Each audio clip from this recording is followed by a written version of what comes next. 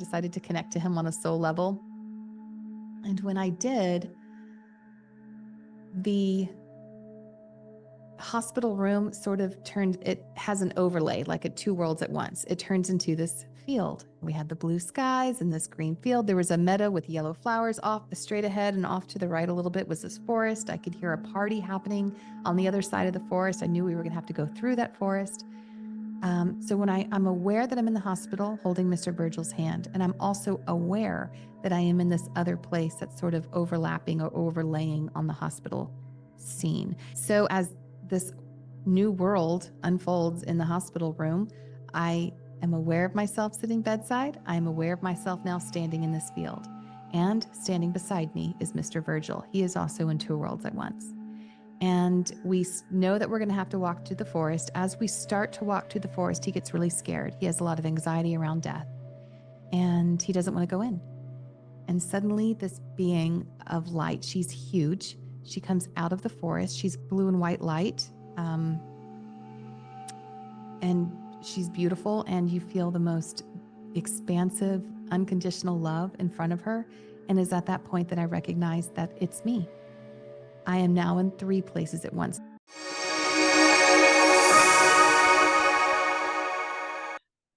My guest today is Gretchen Jones, who is a death doula. And in case you don't know what that is, she is somebody who assists people in the dying process and their loved ones around them to be able to have a really beautiful transition. And in addition to that, she is also a medium and has been seeing spirit since she was little. And it's going to be a fascinating conversation. So, Gretchen, welcome. Thank you so much for joining me today. Thank you. I'm happy to be here. I'm happy to talk to you. I have a shaman who is a death doula, but I've never interviewed and had a conversation on this channel about it.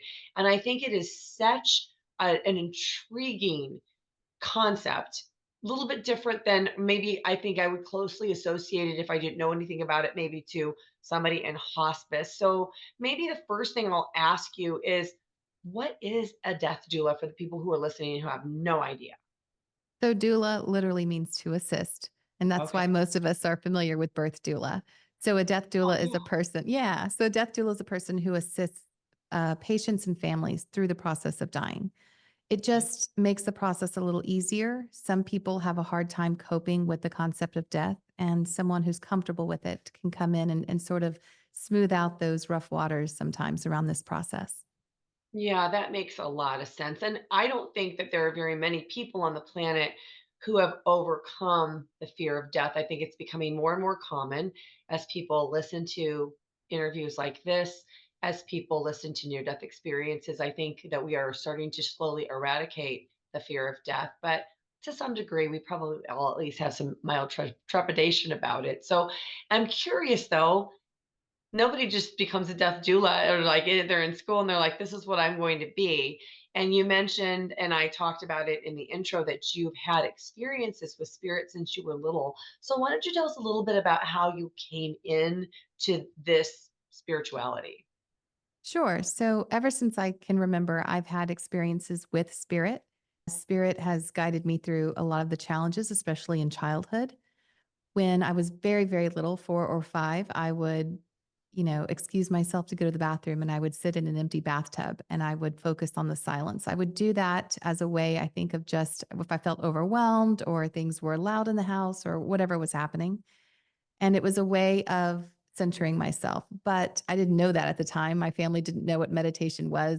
None of that was familiar to me. I just knew that I wanted to be alone and be in the silence. And sometimes during that time, a voice would come through or a spirit would come through and basically tell me everything's going to be okay. And it was so comforting that I came to rely on that voice and to rely on spirit. When I would tell my family about my experiences, even when I was 12 or 13, my dad's exact words would be, I believe you believe that's what you saw, which was a little bit dismissive.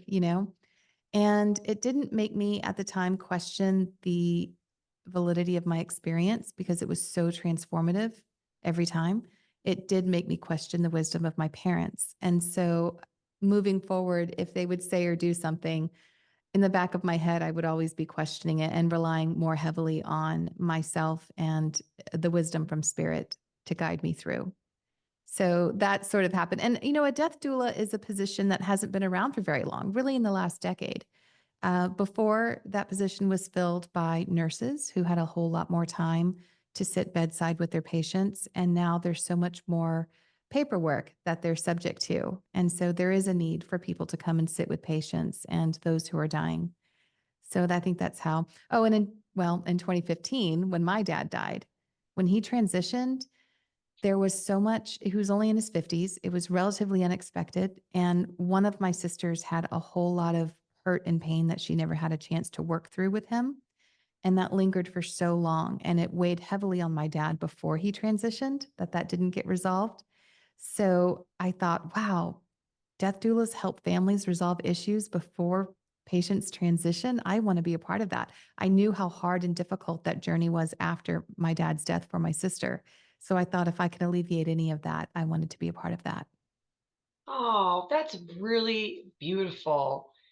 I love the concept behind this because it does make a lot of sense. And you're right. All the healthcare providers used to have more time. They used to be a lot more smaller counts of nurses to patients, and I don't think that that exists anymore because hospitals largely are corporations. So Yes, everything is about the bottom line, and if it doesn't make sense from a monetary perspective of what we can charge a patient, it goes away. And so it's not that they don't care anymore, it's just they just do not have the time. that's right. So for you as a death doula, does somebody hire you then on a one-on-one basis? Like, I was gonna make a reference that will really date me, but you look you up in the phone book. No, seriously, you like go online and look for a death doula and find, is that how people find you? Or word of Yes. mouth? Both. Both. You can look up online for death doulas, and also word of mouth is how I get most of my clients at this time. So I have both private clients where I'm hired by either the patient or by the family for the patient. And I also do volunteer work through hospices and also through NODA, which stands for No One Dies Alone. And it's a hospital based program all across our country for people who don't have family, or maybe they never had children, they're the last of their kind, or they burned all those bridges and no one wants to be there. Whatever the reason is, there's people dying alone in hospitals and they need volunteers to sit with them. Oh my goodness. Well, it's interesting because I feel like you were almost primed from a young age to do this. You probably couldn't have paid me to sit in a bathtub for more than 5 minutes because I would have been bored. My attention would have gone somewhere else. Yet here you were developing this very deep patience at such a young age that I feel like it was probably ingrained in you. It felt really natural actually at the time. And I even now, if I get really overwhelmed, I find myself escaping to a closet, where it's really quiet, the clothes drown out all the sound in the house, and I just need a few minutes to, just recenter and find that silence again. Well, Um, and I wonder yeah. if it's a combination of 2 things. I have a really close friend who has to retreat to the closet when things get too heavy because it's too overwhelming, because really at her heart, she's more of an introvert. But I think it's also for you, you also mentioned how sensitive you were. And I want to go back to the comment that you made that is so fascinating to me, which is that you felt like your parents didn't even have the wisdom compared to what you were hearing from spirit on the other side. So you must have had a few experiences that superseded things your parents said, that spirit showed you or did, that you were like, wait a minute. So can you share a couple of those examples if you can think of them? Sure. So, okay. So my mom was very young when she had me and my sister. And I think that, and she was, sort of, she had I don't know, an upbringing that maybe wasn't as peaceful as she would have liked. So she married young to sort of move away from that. And when you marry young and you take on big responsibilities like that, you haven't given yourself oftentimes enough time to really find yourself. And so I think I was kind of growing up alongside my mom as she was, finding herself and marriages and divorces and different things like that. So you know, and we moved around a lot. And I think that sometimes when she would try to protect us, which of course she was very good at that, she really did try hard. She would say something.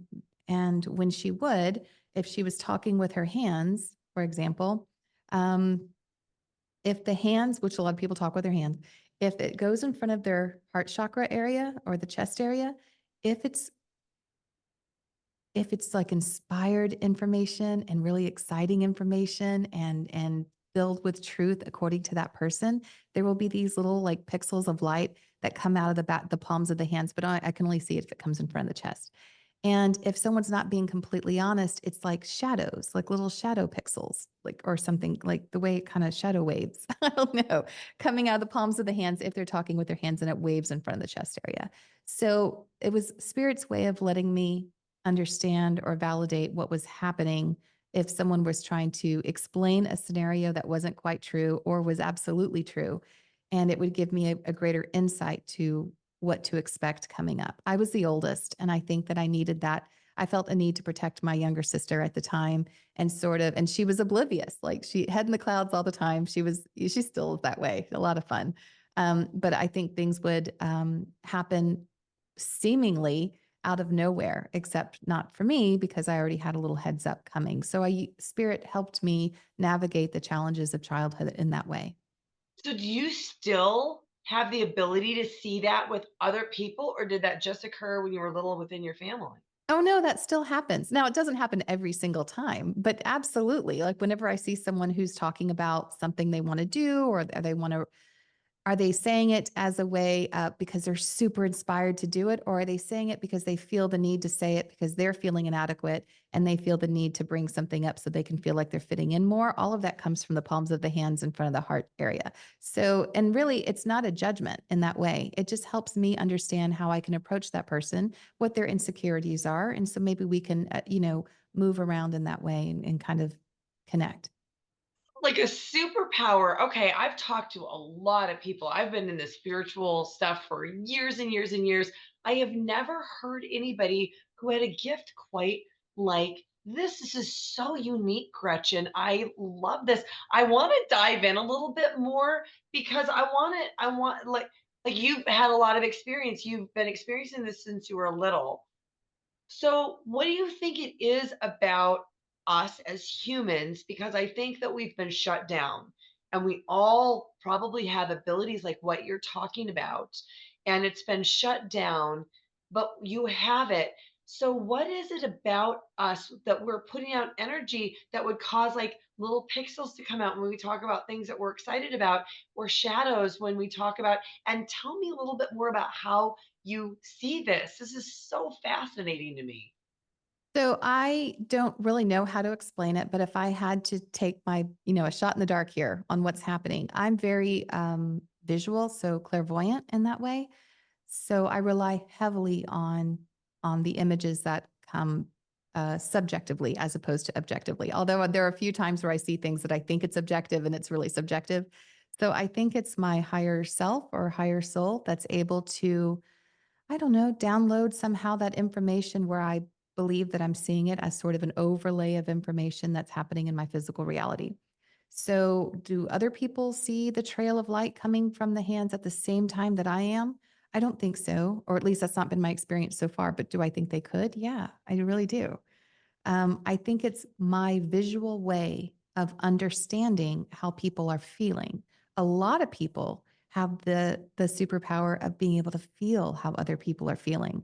Like an You know, empath, right? like an empath, right? And Okay. I kind of think the feeling part is something I'm not very good at. And I'm not sure why. It's not one of my strengths. I've been working on it, like if I sit down and, I'm trying to bring through someone who maybe has a hurt leg in spirit or had a hurt leg in their physical life, but now they're in spirit. I'm trying to let spirit say, okay, give me the pain in my legs so I know to say it. But a lot of people can do that. And I really struggle with that feeling part and having those physical sensations. So I think some people can walk in and look at someone talking and not know how they know that they can feel that that person is only saying that from a place of insecurity, only saying that because they don't feel confident in themselves and they think they need to say that in order to impress someone else in the room. or they can actually feel that that person is really excited about this project and can't wait to get started. I think a lot of people can feel that. I struggle with the feeling, but I get visuals. I don't get visuals, but I have what you call clear cognizance. I just get clear knowings. I just know stuff. I don't know how I know. I just know it.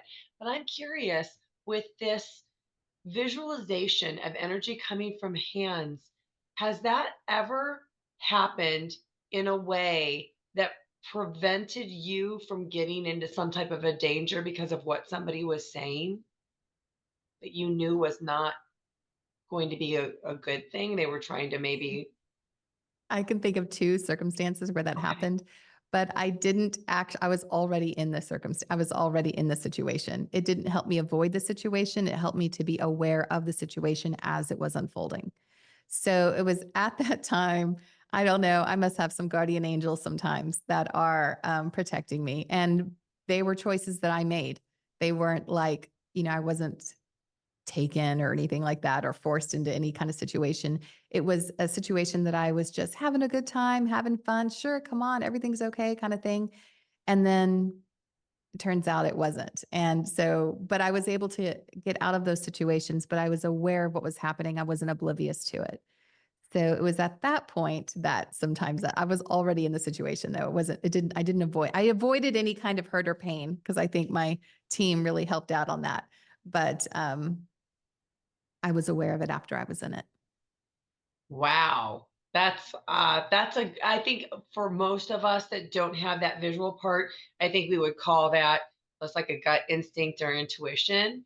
And we need to learn to listen to whatever metric speaks to us along those clear cognizance, clear audience, clairvoyance. So you also mentioned that your spirit team or somebody, a voice when you were in the bathtub when you were little was speaking to you. And I think I just kind of jumped into it may have been your spirit team, but do you know who that voice is now that was speaking to you that just became louder and louder? Yes, I call the it they come across sometimes it's masculine, sometimes it's feminine. Most of the time it's a collective, but I call them A team. I love And this. I know. A team. So I called them A team and then I told my husband about it and he's like, "You mean like the 80s crime fighter people on TV?"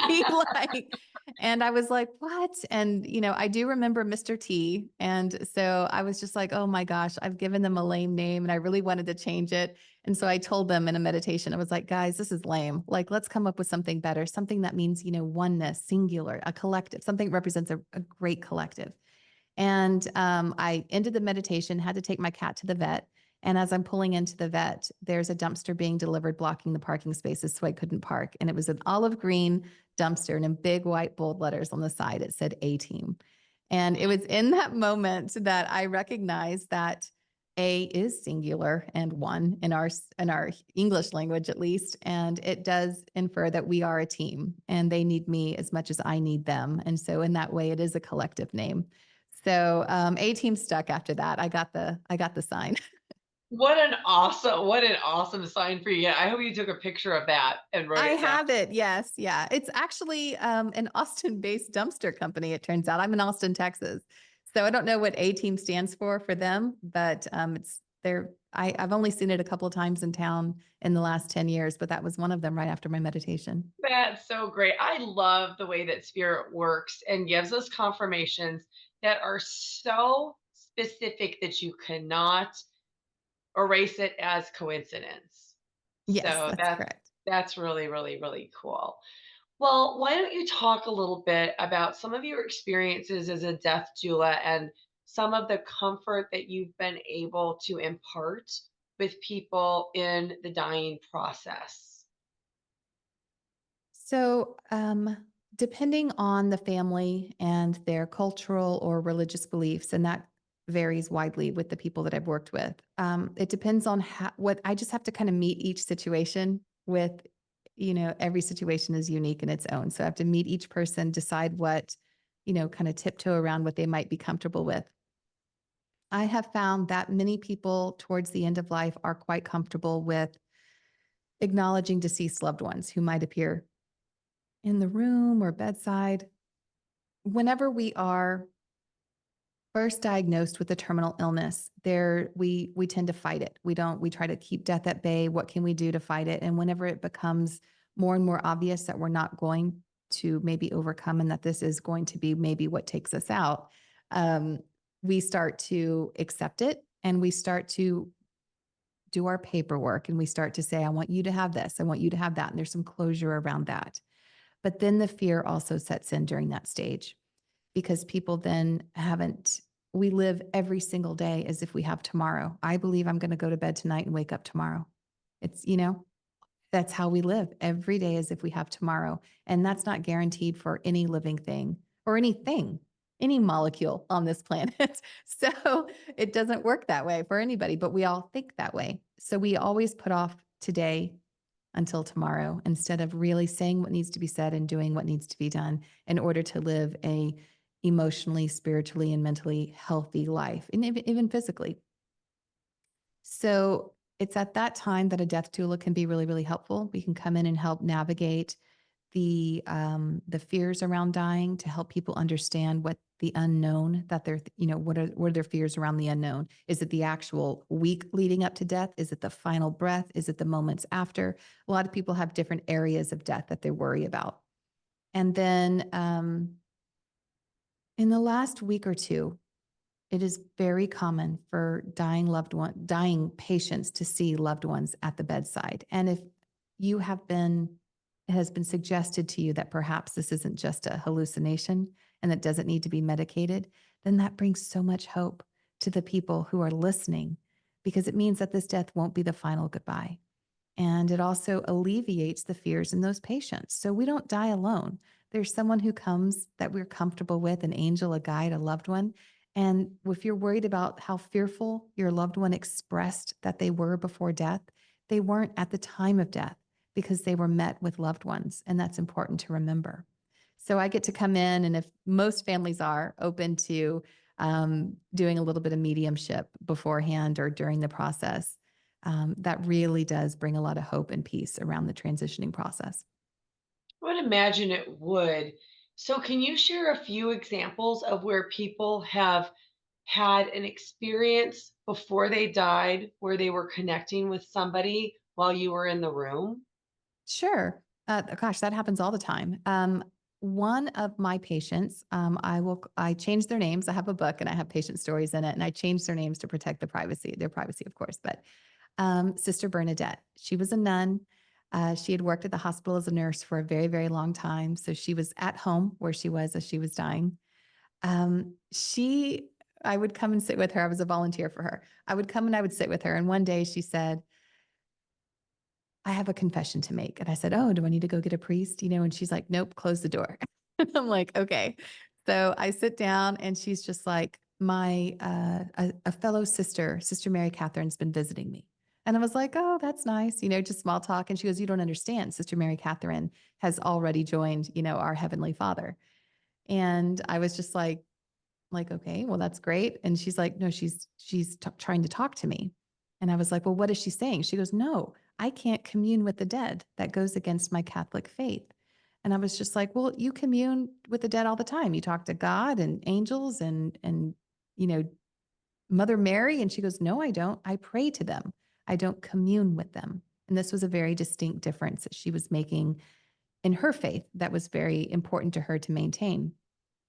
And so we had to kind of navigate that a little bit. As Mary Catherine is standing there, she doesn't want to connect with her in that way because it goes against her faith. And so the way that was, every case is different, but the way that we worked that it was okay for her to talk to Mary Catherine was I said, do you remember the story where Archangel Gabriel came to Mother Mary and said she was going to be having Jesus? And she's like, yes. I said, well, Mother Mary talked to Gabriel. That was they were having an interaction. It was a vision. And I said, maybe Sister Mary Catherine is a vision, a messenger from God for you. And so that she was able to be okay with. And so it was able to bring her peace. It didn't go against her faith. And it was well within the confines and structure of her religious upbringing and teachings. So that's how we navigated that situation. That's amazing. Did you physically see, because I know you see spirits, did you see that spirit at the same time?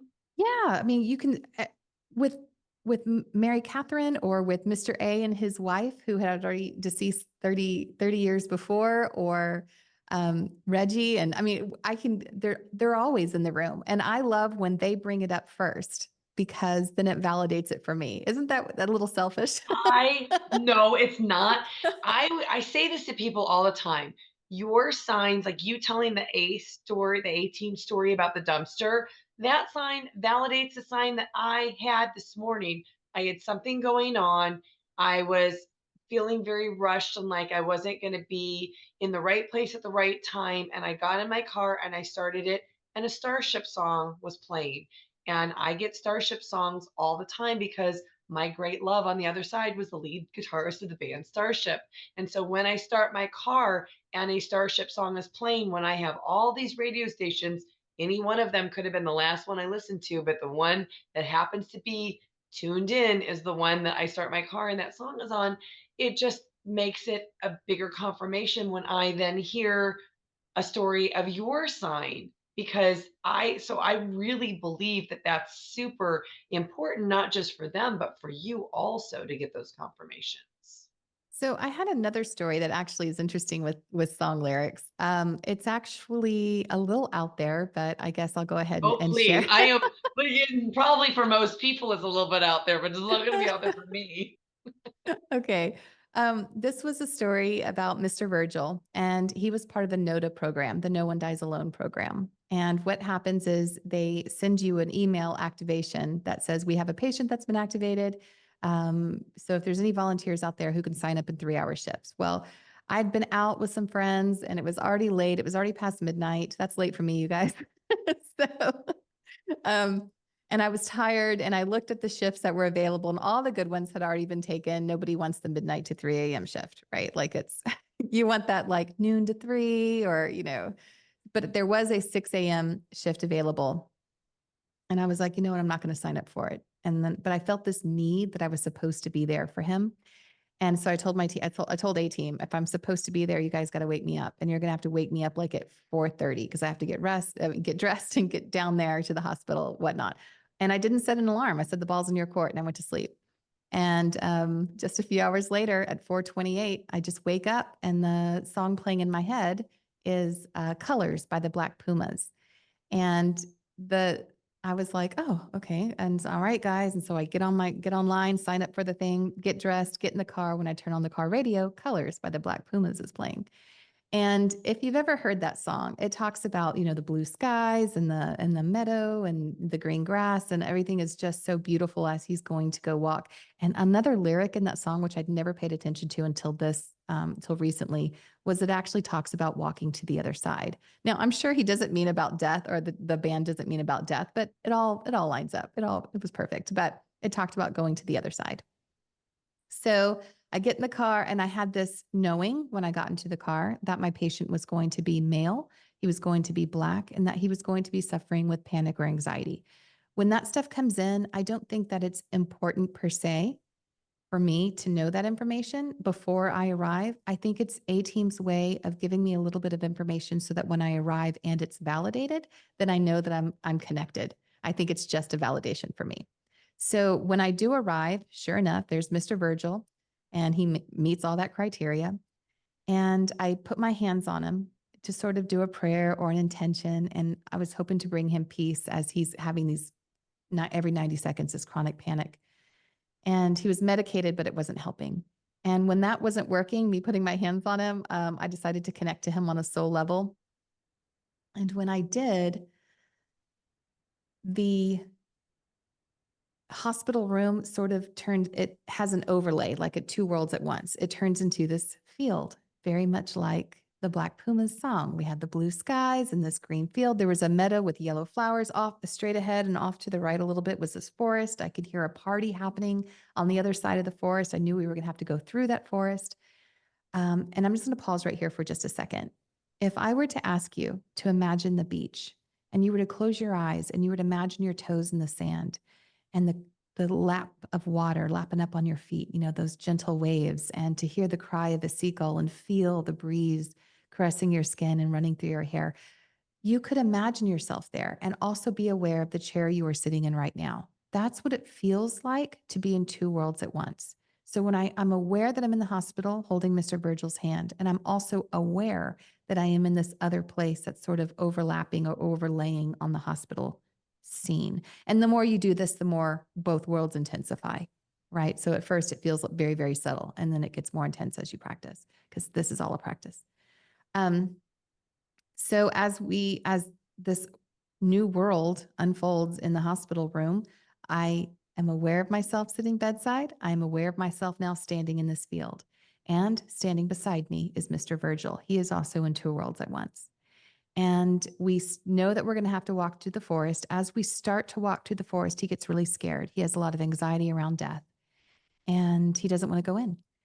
And suddenly, this being of light, she's huge. She comes out of the forest. She's blue and white, or blue and white light. And she's beautiful. And you feel the most expansive, unconditional love in front of her. And it's at that point that I recognize that it's me. I am now in three places at once. This is the only time this has ever happened. So I'm working for A Team. I'm like, we got to do this again, you guys. So I have an awareness of having three different perspectives all at one time, and it's not confusing. It's like, it just is. He approaches me, and I somehow, from that person, the me of light, just, I don't know, makes him feel so safe. That was my intention, and so loved. And I loved him more than I have ever loved anything or anyone in my life. I have children, I have pets, I love them. I say unconditionally, but the truth is I put conditions on all of them. I tell my daughter, eat your broccoli. I tell my son, stand up straight. You haven't shaved in a few days, kiddo. Like, what's happening? Like, I'm always, as a mom, I love my children, but I do put conditions. I want them to be happy. I want this. When I'm with him, though, I didn't care about anything he'd ever done or didn't do. He was perfect just the way he was in that moment. And it's just the most pure love. And that's what I felt for Mr. Virgil. He was too afraid to go into the forest. He felt he had all these sins. So I presented him with a little present, like this wrapped box, a golden box with a purple ribbon. The Me of Light did. And I told him, this is your life as Mr. Virgil.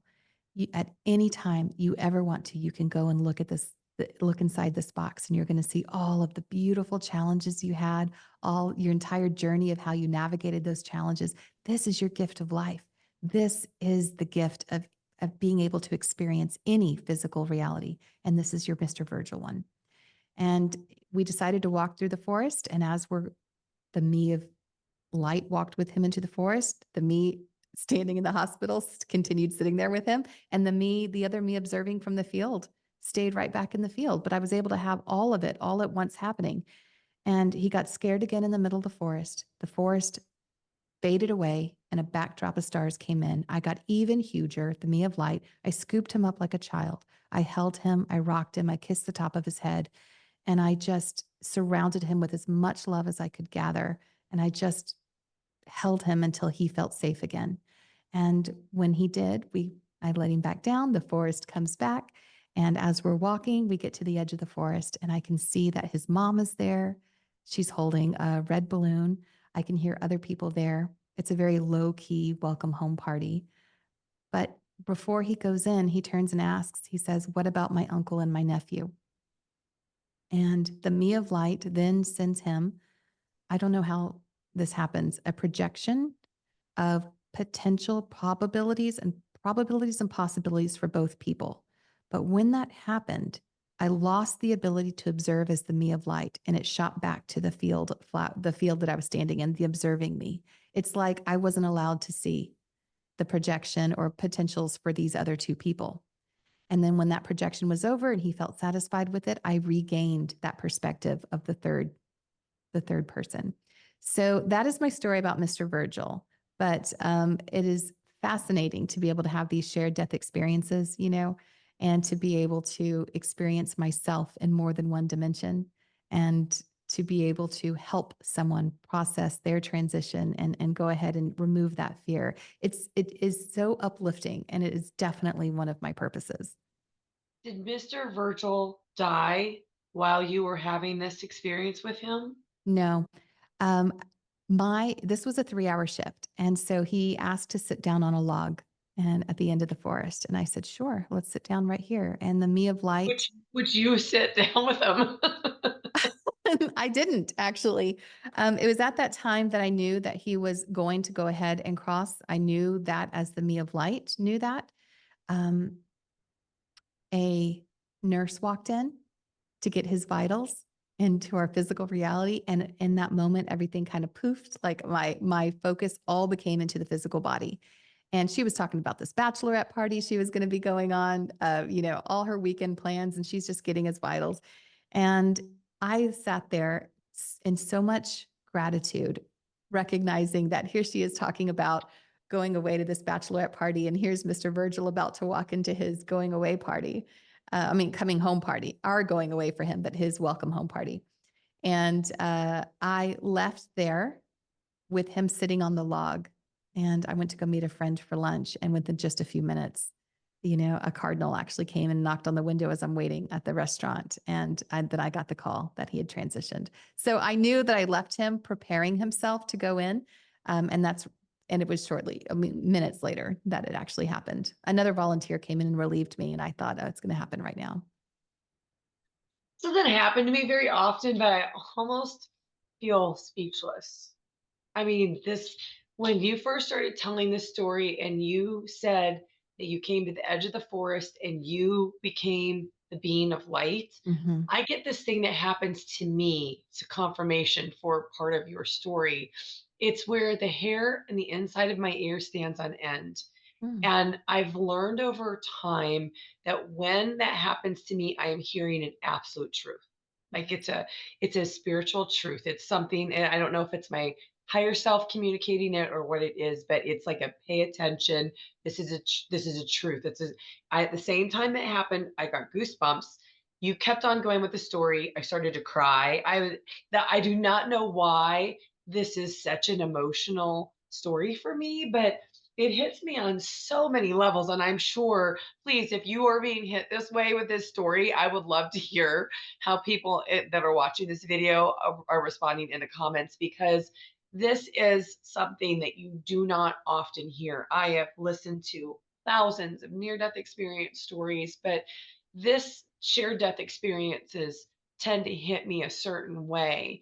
And they're just so powerful because it's again the remembering that we are not this physical body and how Mm-hmm. powerful we are. So I want to talk a little bit and ask you a little bit about this being of light that you were. Can I guess that this was actually your higher self that was coming in? I don't know, actually. This has only happened one time, and it's one of the it's probably the most transformative experience that I've had to date. And I've asked A Team to have more of those because I have a deep understanding that we are multidimensional, that we are not just stuck in these physical bodies. In fact, the way I the way it feels is like the me I am, is all out here. And I'm using this body or controlling this body as a vehicle, but I'm all out here. So I don't really know how it works. That's just what it feels like um, when I get limited feelings. But I don't know if it was my higher self or if it's another version of me or what that looks like. But it was the most loving aspect of myself that I've ever felt.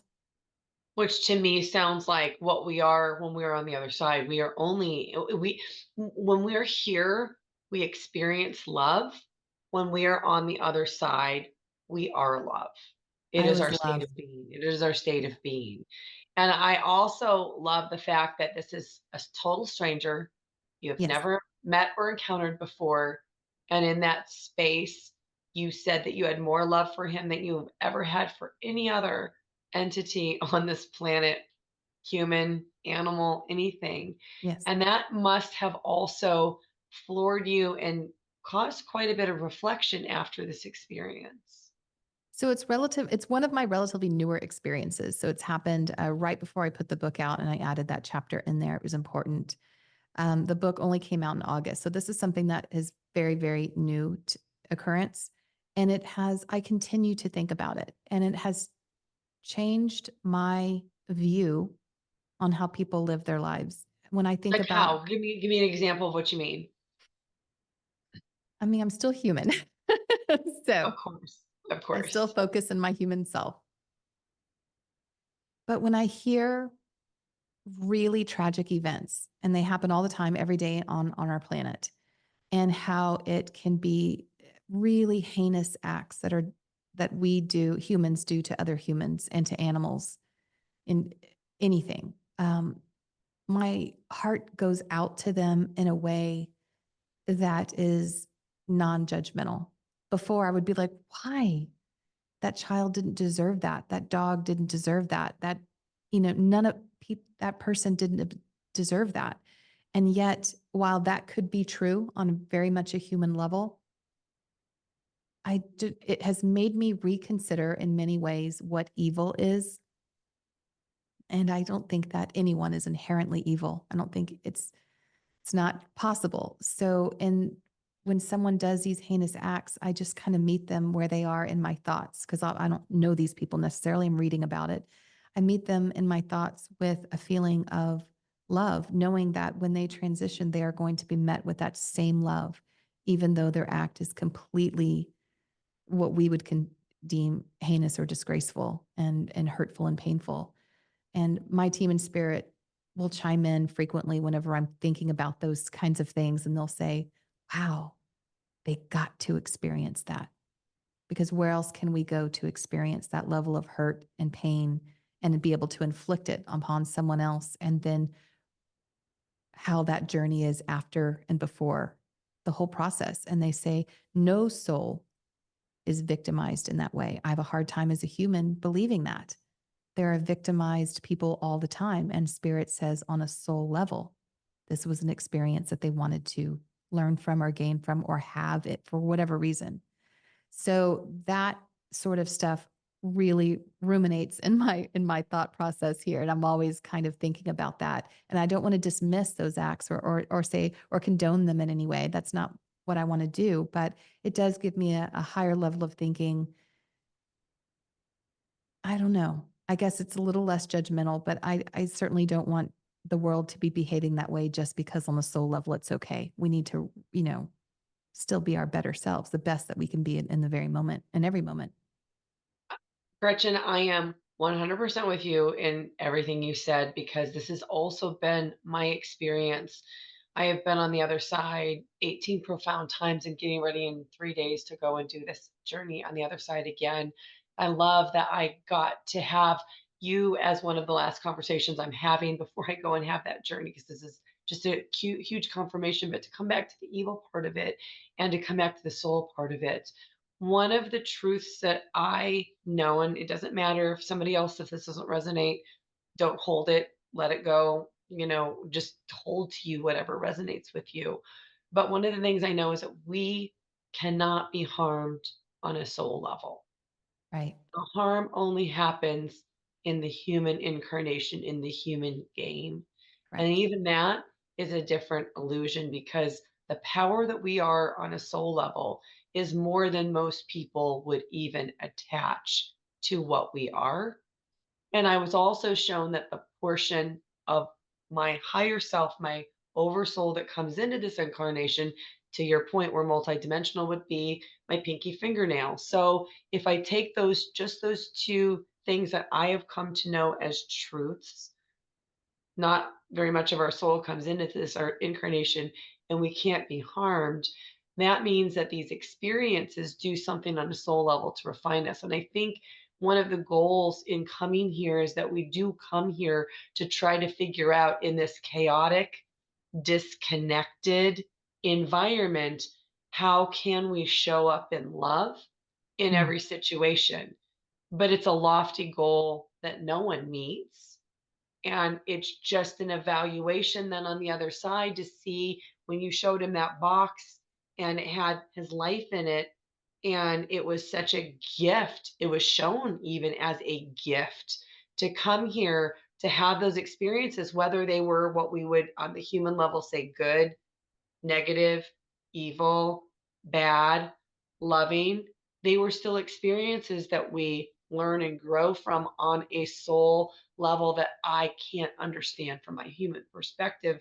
But I've heard many, many people, your position, who've had near death experiences. And also, what I've come to believe is that what if we looked at everything as happening for us Mm. and not to us? Because when we do, we let go of the victim mentality. And even some things that I personally have had happen that I think are horrendous, years down with a different perspective, years away from those experiences, I look back and I realize some of the good, some of the things that wouldn't have happened if that didn't happen that I'm happy about.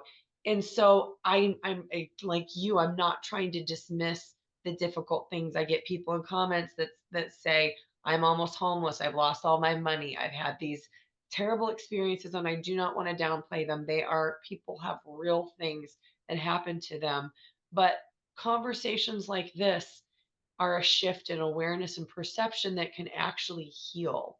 So I'm so glad we're having this. Do you want to weigh on all the stuff I just talked about? No, it's all absolutely in alignment with what I feel is happening, and yes, there are people that I read comments too that will say, I am homeless, or what about pedophiles and different things like that. And the truth is, you are loved all the same. And whenever you cross over, you love them all the same. And I know some people will hold on to that, like, I will never love, I will never, like, but you do.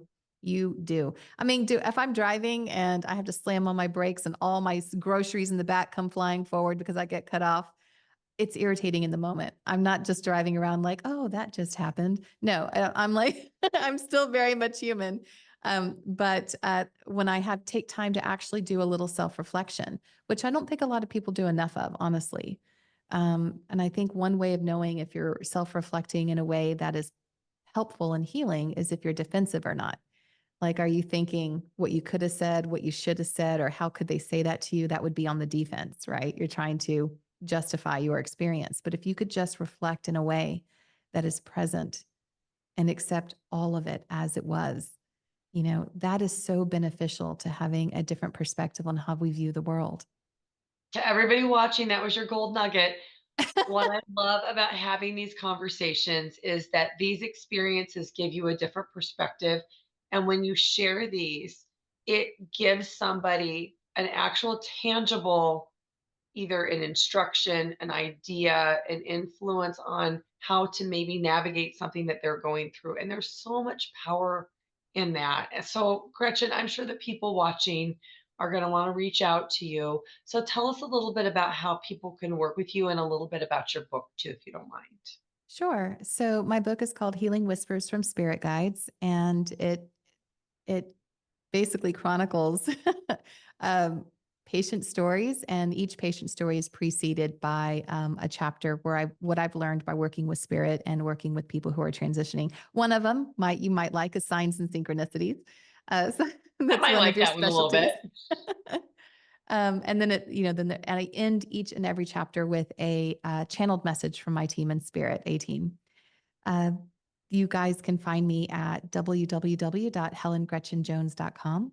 The book is available at Amazon and barnesandnobles.com. It's available in Kindle, audiobook, and in paperback. I love that.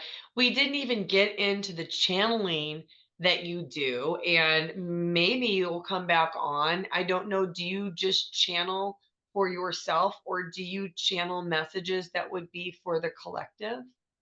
So typically, in the past, what would happen is I sit down and I do a meditation, and a team would come through, and it would be like I was a personal assistant.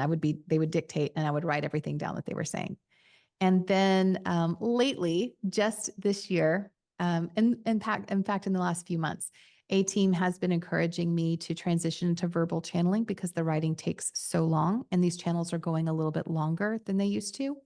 And so I have been really nervous and scared to do verbal channeling because I'm afraid I'm going to have a weird voice. And I haven't so far. So I'll sit in front of a Zoom and I'll hit record and then I'll, do it on practice it on my own. And so far it's fine. And then I have a small group of ladies in Austin who are so non-judgmental and willing to help me as I do my practice. And so I'm moving into the verbal channeling a little bit more. When I sit down to do an intuitive reading, say with someone, I will hear a team come through and then I will repeat it to the person in front of me. So that's sort of how the channeling is, at least that's where it is right now at this point. Well, I'll volunteer to be a part of that and get a message from your channeled A team. Yeah, isn't it fun? It is really fun. I love this. Gretchen, I cannot tell you how much I love this conversation, especially the timing of it today. That's just how spirit works for me. But I want to thank you so much for sharing these stories. That is the Mr. Virgil story just really touched me. I also find it so intriguing that you're taking your energy and your gifts and you're giving back by being a death doula and helping people to become less afraid of dying. It's just such a special blessing for the people that you're working with and how your gifts help them navigate that difficult time in their lives. But also that you've compiled these stories into a book so that people who necessarily wouldn't work with you because they don't live near you or however that works can still read and connect with this. And I just want to thank you so much for what you are putting out into the collective to help wake up a collective consciousness because it is so needed right now. It really is. And I'm happy to be a part of it. I'm glad you're a part of it too. Thank you so much. Oh my gosh, you're welcome. But thank you. And thank you everybody for watching. Next up, check out this playlist of other NDE interviews. Please like and subscribe. It really helps this channel to grow so I can bring you more content. Thank you for watching. I'm so glad you're here.